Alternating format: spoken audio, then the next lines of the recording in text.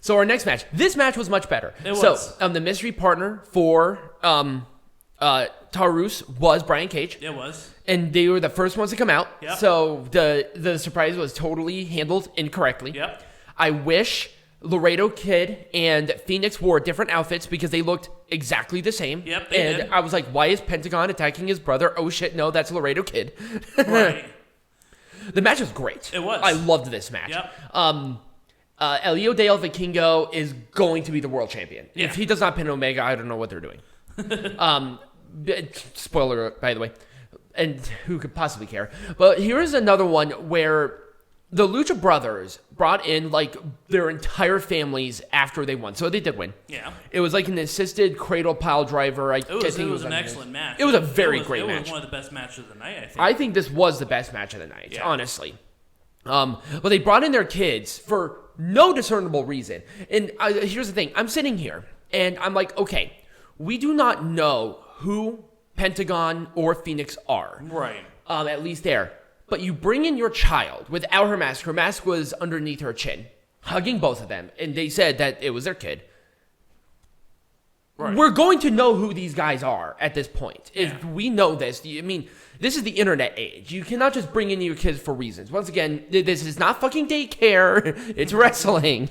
Well, I think that everyone was just happy to have fans back. Right. In the stands and Right. Well, this was like the first one with like a full arena of people. Yeah. For the most part, and the place was packed. Oh yeah, there were a lot of people in there. But yeah, it was a good match. But I think they're just doing it because of the nostalgia. It's like everyone's back, hooray! Let's hug. Let's have like a really good three-way with some of the best workers in the world in one match. And Brian Cage fit in there perfectly with them. Yep. Just of how great Brian Cage is. Yeah. And obviously Taurus is two different champions. And, right. Here's my thing. I'm not entirely happy that the Lucha Brothers are still the tag team champions. I'm not entirely happy either. I understand why they're doing it now. They're too popular at this point yeah. for them to lose it. But it's like, come on. At some point in time, they will. They have to. Anyway, to the next match. All right, let's make the shit matches again, starting with the Marvel Lucha Libre edition. No. Okay, then. Now, here's one thing. Maybe if they... Here's the thing about AAA, is that they don't do a lot of clarifications as far as storyline goes. Right. So I think that... Because I know that there's something going on with the Marvel heroes and stuff, that they were able to maybe some video packages before each match to really not only give us a little bit of a break between... but really kind of catch people up. And that's the one thing I love about WWE. They do that for the bigger matches. So they do that for WWE. They do that. AEW does you that. can Impact skip. Wrestling You can does that. Right. For some of the bigger matches, they do it in NJPW. They do that. They do it. Yep. New Japan Pro Wrestling does that too. And I think CMLL does that to a point. Yep. Ring of Honor does that. Everybody else does it, but AAA. So here it's like, why is the Hulk and Terror staring at each other other than reasons? The entrances were fucking absurd. Oh my god, and they took forever. They were scary and long. I think like all the entrances took like 5 minutes because every single person had to come out in separate entrances all the way down to the ring. At least the videos looked better than their Yes, usual. I will say that. Yes. Usually the videos have like this garbage ass like background, but instead they have like this big sprout thing of color. Here, I'll show you an example. So like they had like this kind of coloring. Like around Drago, like that pink or the purple or the thing around here with that green. They had that instead of your regular nonsense, which actually looked a lot better. It did. Actually, no. The things for these ones were made by somebody totally different, and they were fucking cool. It was like give me more of that. But yeah, it was no. It was no. Anyway, let's talk about Copa Triplemania. I wish that they had. They should have announced everybody because they should have. They should have also given us clarifications how many competitors were in the matches. Right. Well. And they gave it to us later. It's like 12-person Copa Triplemania. It's like, okay, why didn't you tell us that beforehand?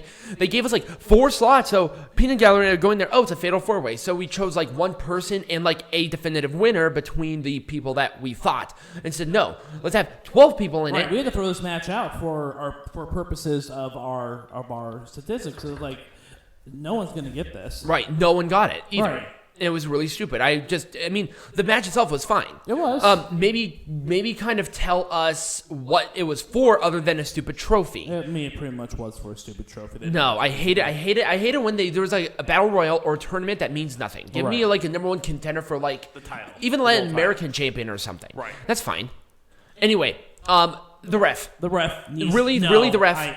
The referee. I understand that there might be some referees that are a little biased. This referee was so blatantly obvious as to who was going to win that you couldn't even appreciate the match because you knew who won because of who the referee is favoring. It was getting annoying, and they did timing perfectly.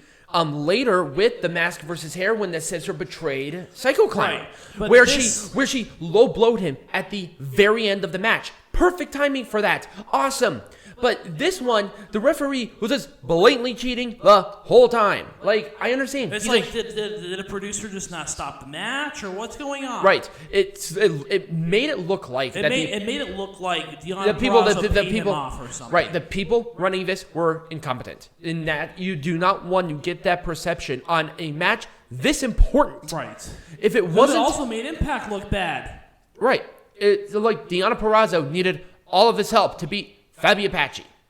If that was what they were going for, there was a way to do that a lot better. Number one, if the referee waited until the very end to be a sly little shit, this would have been a lot better. Oh yeah, it would have. But instead, the whole time, every count was 1-2 or 1-2 or some BS where somebody's interfering. Right. And see, that's where I knew who the winner was. I lost it. I lost my entire interest in the match at that point. Yeah. Like, at all. It was before the match even started. We all knew. Right.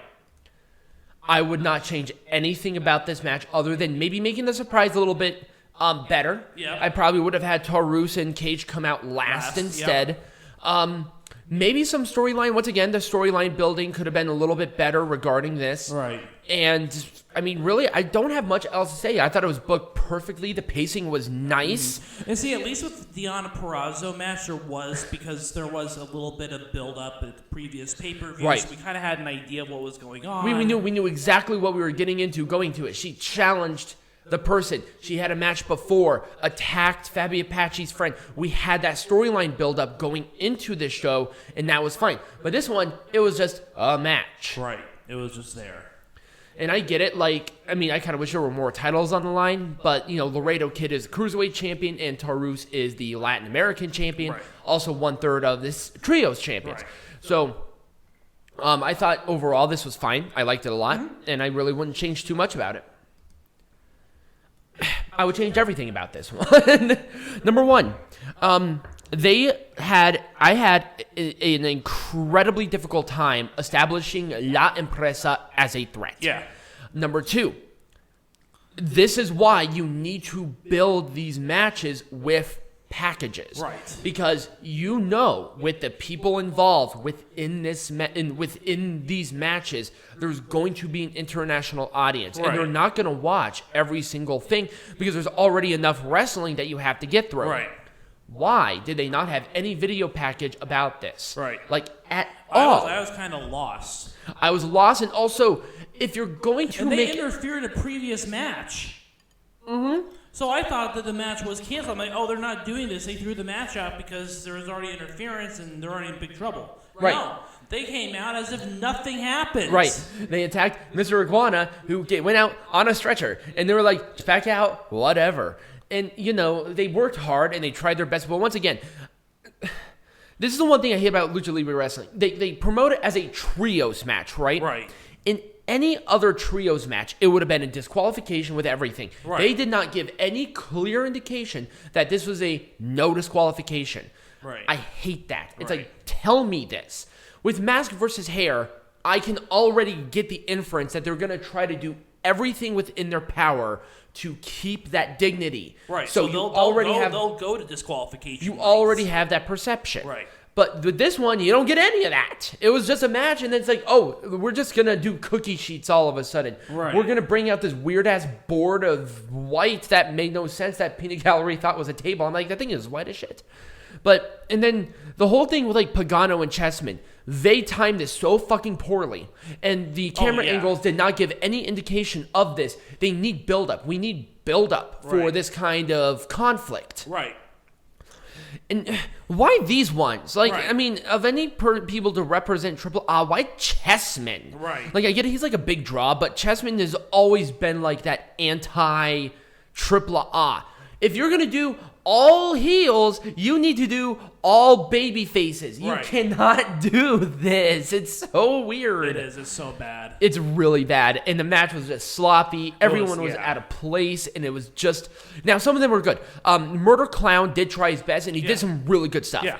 I thought Murder Clown was the best timed performer in this entire match. Yep. Okay. Again... We already know about the finish. I loved the Flair surprise. Yes. The finish was, I mean, okay, I understand AEW's thing about this, but this was Andrade's debut. Right. This was Andrade's debut match back in AAA as this character.